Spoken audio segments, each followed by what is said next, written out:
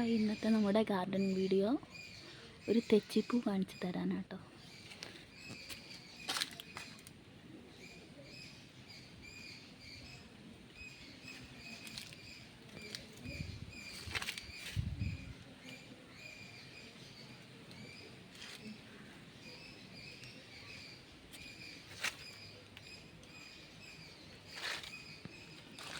ഇനി വേറെ ഒരെണ്ണം കൂടെ കാണിച്ചു തരാണ്ട്.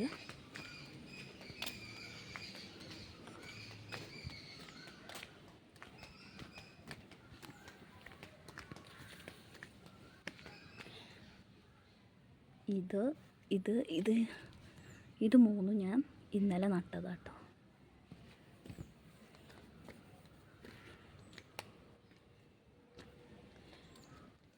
ഇതിൽ ഞാൻ താമരേൻ്റെത് കുഴിച്ചിട്ടതായിരുന്നു. താമരേൻ്റെ ഇലയൊക്കെ ഫുള്ളും പോയി ഇപ്പം നിറച്ച് അസോള വിരിഞ്ഞിക്കണ കണ്ടില്ലേ, നിറഞ്ഞ് നിൽക്കുക, വിരിയല്ല നിറഞ്ഞ് നിൽക്കുക അസോള. ഇനി ഇതൊക്കെ പോക്കണം. ഗപ്പി മത്സ്യങ്ങളിടണം. ഏതായാലും താമര പോയി തോന്നുന്നു.